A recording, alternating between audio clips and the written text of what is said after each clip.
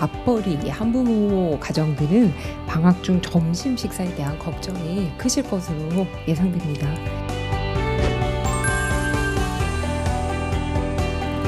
사는 곳 인근 지역아동센터나 다함께 돌봄센터를 틈새 돌봄센터로 지정을 해서 아침 9시부터 저녁 6시까지 온종일 운영을 하고, 운영 시간 동안 오전 간식 그리고 점심, 저녁을 제공할 예정입니다.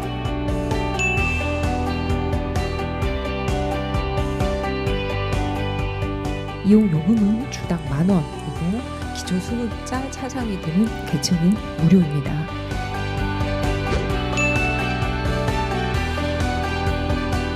금년 여름방학을 시작으로 매년 지속할 계획입니다.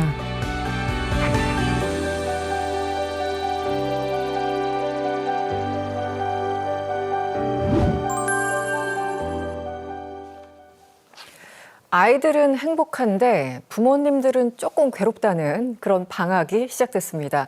초등학생 아이들을 키우는 맞벌이 부모들이 특히 어려움을 호소하고 있죠. 이런 문제를 해결하기 위해서 내놓은 초등 틈새 돌봄 사업 K정책사용법에서 자세하게 풀어보도록 하겠습니다. 네, 육아정책연구소 김나영 연구위원님과 함께합니다. 어서 오세요. 네, 안녕하십니까. 네. 오늘부터 전국 2,500개 돌봄센터에서 틈새 돌봄 사업이 시작된다고 합니다. 이게 어떤 내용인지 간략하게 설명 좀 부탁드리겠습니다. 네, 우리 아이들 이제 즐거운 방학이 시작됐습니다. 네, 하지만 부모님들께서는 굉장히 걱정이 크시죠. 그렇죠. 바로 돌봄 공백 때문입니다. 특히 초등학생 자녀를 둔 맞벌이 가구 같은 경우는 이런 끼니 해결이라든지 그리고 네. 돌봄 공백에 대해서 우려가 굉장히 크신데요. 이러한 어려움을 좀 덜어드리고자 정부에서 오늘이죠. 네. 7월 27일부터 전국 마을 돌봄 시설인 다함께 돌봄센터, 지역 아동센터를 활용을 해서 네. 틈새 돌봄 사업을 운영하기 시작했습니다. 그렇군요. 네. 구체적으로 조금 더 들여다보면 네. 틈새 돌봄 사업은 방학 중 초등 돌봄 공백을 완화하기 위해서 방학 기간 한정 특화 사업으로 마을 돌봄 시설 확대 운영을 해서 아이들이 점심과 저녁 그리고 여러 가지 다양한 프로그램을 제공하는 사업이 되겠습니다. 네. 그래서 전국 약 5,600여 개 방과 후 마을 돌봄 시설 중에서 1,461개 마을 돌봄 시설에서 우선 틈새 돌봄 사업을 운영하게 됩니다. 네네. 그래서 우선 운영 시간을 확대하는 것이 가장 큰 포인트가 되겠는데요. 기존에는 오후 1시부터 8시까지 운영하던 것을 틈새 돌봄센터 1,296개소에서는 오전 9시부터 오후 6시까지 운영하면서 간식과 그리고 점심, 일부는 또 저녁 식사를 제공하게 됩니다. 그리고 다른 센터인 점심돌봄센터 165개소에서는 오전 11시부터 오후 8시까지 운영하면서 점심과 저녁을 제공하게 됩니다. 그래서 말씀드린 대로 이런 급식과 돌봄의 사각지대를 좀 완화를 하고 또 이런 돌봄들을 좀 제공함으로써 우리 양육 부담을 좀 덜어드리기 위한 내용이라고 볼 수 있겠고 7월 중으로 계속 확대를 해서 2,000여 개소 이상으로 지정할 계획입니다. 네. 어쨌든 이게 가장 중요한 게 먹는 거잖아요. 맞습니다. 그리고 아프면 이제 병원 가는 거요. 네. 두 가지들이 가장 힘든 일이기도 한데 오전 간식부터 점심 저녁까지 제공해 주는 사업. 이게 어찌됐든 모든 부모님들에게도 다 도움이 되겠지만 특히 맞벌이 부모님들에게는 아주 가시적인 뭔가 효과가 있을 것 같아요. 네, 맞습니다. 네. 저희도 예상하기로는 많은 도움이 될 것으로 이제 예상을 하고 있는 게 앞서 간략히 말씀드린 대로 초등학생 자녀를 둔 맞벌이 부부 같은 경우에는 가장 기본적인 아이들의 식사가 굉장히 걱정이 됩니다. 네. 그리고 오후에 또 활동들이 이제 우려가 많이 되는 상황인데 기본적으로 이런 점심 식사가 제공되고 또 다양한 프로그램들을 또 이용할 수 있게 되기 때문에 사실 기본적인 어떤 돌봄이 제공될 수 있어서 양육 부담을 좀 완화할 수 있을 것으로 기대하고 있습니다. 네. 사실 끼니만 제공한다고 뭐 방학 걱정이 사라지는 건 아니죠. 그냥 극히 일부겠죠. 네. 아이들 방학을 좀 알차게 보낼 수 있는 프로그램도 굉장히 좀 중요할 것 같은데 어떤 프로그램들이 준비되어 있습니까? 네, 말씀드린 대로 식사 해결 문제 뭐 당연히 되고 또 전반적인 돌봄에 있어서도 걱정을 덜어드리겠다 이런 부분이 있는데 다만 오늘 저희가 지금 얘기 나누고 있는 이 틈새 돌봄 같은 경우는 네. 정부의 어떤 표준화된 커리큘럼이 있는 건 아닙니다, 사실. 네. 그래서 이 부분을 우리가 지자체에서 좀 다양한 프로그램들이 들어와서 지원을 해주고자 노력을 하고 있는 상황입니다. 상황이고 네. 그래서 우선 여러 가지 몇 가지 사례를 저희가 말씀드릴 수 있겠는데 얼마 전에 이제 교육부에서 이런 돌봄 관련된 사례 우수 모델을 이제 접수한 결과, 선정한 결과 연천군에서 굉장히 괜찮은 모델을 또 제공을 하고 있어서 선정이 됐습니다. 연천군은 오전에 학교 돌봄과 점심을 제공하고요. 네. 그리고 오후에는 지역 대학 네. 그리고 또 연천이기 때문에 군부대 시설이 그렇죠. 있겠죠. 예, 그리고 문화시설 이런 지역 시설들을 다 같이 연계를 해서 밀착형 온종일 돌봄을 제공을 하고 있어서 높은 평가를 받았고요. 네.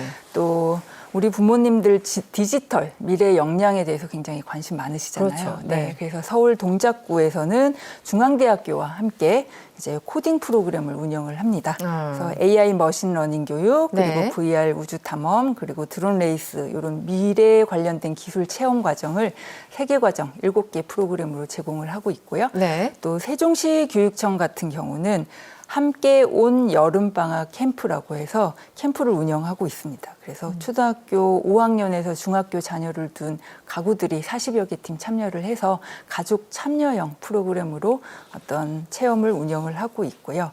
또 여러 가지들이 있지만 이런 프로그램들이 이제 운영 시간을 확대하고 네. 식사를 제공하는 것만으로 아이들의 방학을 채울 수 없기 때문에 이런 센터들이 다양한 지역 대학 그리고 도서관 네. 그리고 군부대까지 이제 연계를 해서 오후 프로그램을 운영을 하게 됩니다. 네, 정말 다양한데요. 국악부터 생태까지 모든 네. 것들이 다 포함되어 있고 특히 드론 레이스 이건 저도 하고 싶은 건데. 그렇죠. 네. 네, 정말 다양하네요. 네, 맞습니다.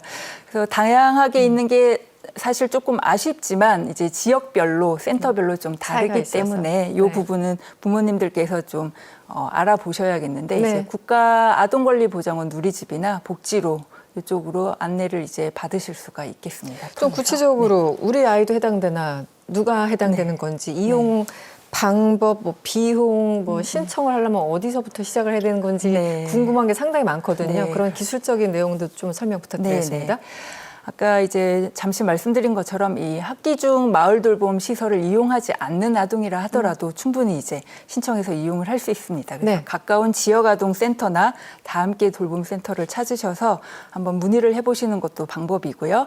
그래서 중식이나 석식 뭐 어떤 프로그램들이 제공이 되는지 문의를 해보실 수 있겠고, 네. 다만 이제 비용 같은 경우는 필요 이상의 과도한 신청을 좀 급식 신청을 방지하기 위해서 비용이 조금 부과가 됩니다. 그래서 센터에서 일주일 기준으로 1인당 이용료를 1만 원 이내 혹은 1일 2천 원 이내로 부과할 수 있도록 하고 있고, 말씀드린 대로 이제 좀 센터별로 다르기 때문에 네. 이 부분은 아까 말씀드린 대로 국가아동권리보장원이라든지 그리고 복지로 네. 우리 집 통해서 한번 확인을 해 보실 수 있겠고, 다만 이제 기초생활수급자나 그리고 차상위 가구에서는 이용료를 면제 받으실 수 있으니까 이 부분도 그렇군요. 참고하시면 되겠습니다. 네.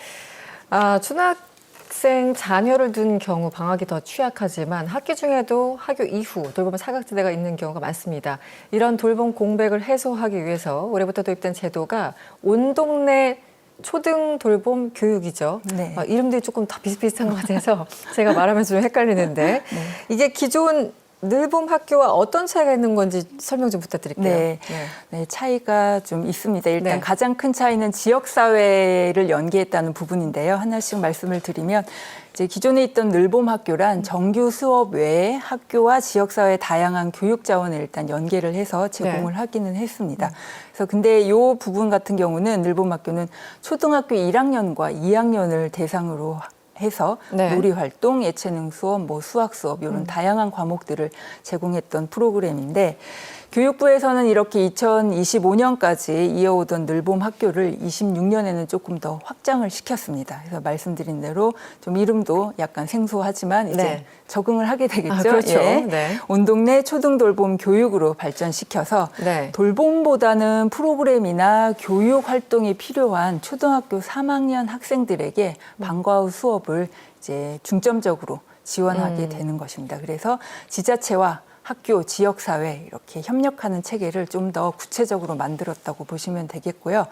지원하는 영역도 그래서 좀 변화가 생기게 됩니다. 네. 25년까지는 학교 중심으로 돌봄이 초등학교 1, 2학년이기 때문에 네. 돌봄이 이루어졌다면 올해부터는 학교와 지역사회 간의 이 연계를 보다 더 강화했다고 보시면 되겠습니다. 네. 그래서 교육부에 의하면은 중앙에서는 이제 관계부처가 운동내 초등돌봄 교육협의체를 이제 구성을 하고 지자체 단에서는 이제 교육협의체, 지역교육협의체를 또 형성을 해서 좀 구체적인 지원이 들어갈 수 있도록 하는 체계를 갖췄다고 보시면 되겠습니다. 네, 늘봄 학교와 차별성이 확실히 있어 보이는군요. 그런데 이런 얘기들이 있어요. 이 워킹맘들의 고충을 들어보면은 초등학교 입학할 때가 가장 힘들 줄 알았는데 알고 보니 초3이더라. 그렇지도 않더라. 네. 그렇지도 않더라. 네. 물론 매번 힘들지만 매 학년 안 힘든 학년이 어디 있겠습니까? 아이를 키우는데. 그런데 이 3학년이 더 어렵다. 이 이야기가 왜 나오는 걸까요? 네, 그 말은 사실 돌봄 절벽이다. 이런 말이 나올 정도로 초등학교 1, 2학년은 앞서 말씀드린 대로 늘봄 학교라는 지원이 이제 들어가고 있었기 네네. 때문에 그래도 좀 지원을 받는 느낌이 있다가 초3이 되면 이 지원이 뚝 갑자기 끊기는 뚝.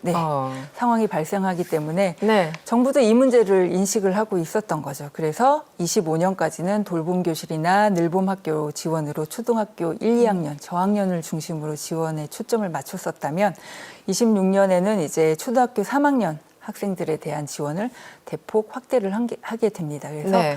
운동내 초등 돌봄 교육 프로그램을 보시게 되면은 기존의 늘봄 학교는 유지를 하면서 돌봄보다는 프로그램 및 교육 수요가 앞서 말씀드린 대로 큰 초등학교 3학년들에게 방과 후 교육 참여를 중점 지원하고자 했습니다. 그래서 네. 희망하는 학생들에게 연 50만 원의 방과 후 프로그램 선택권을 제공하게 되는 거죠.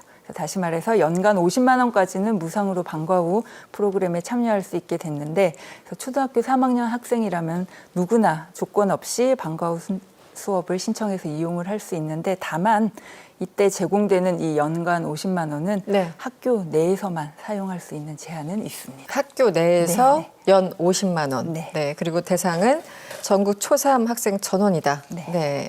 그리고 늘봄학교 정책에서 제외된 초3 학생의 돌봄 교육 사각지대를 해소하겠다라는 어떤 그런 지원 목적들.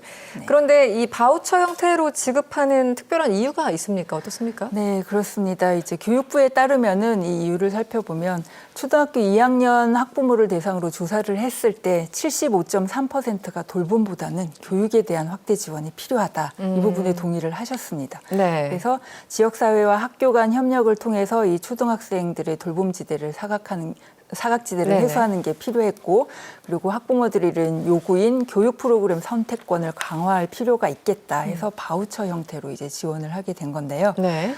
늘봄학교 지원 대상에 포함되지 않는 이런 초등학교 3학년 학생에게 바우처를 제공해서 교육 그리고 돌봄 이 공백까지 다 보완을 하겠다는 계획입니다.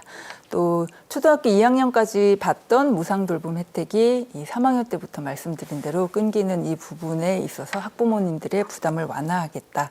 그래서 방과 후 프로그램 이용권을 선택을 좀 넓히기 위해서 이 바우처를 이용을 하게 된 거죠. 그래서 기존처럼 1, 2학년들은 무상 프로그램을 유지하되 3학년 같은 경우는 획일적인 돌봄이나 교육 프로그램을 제공하기보다는 학생과 학부모가 원하는 프로그램을 선택해서 이용할 수 있도록 지원하고자 하는 데 목적이 있다고 네. 보시면 되겠습니다.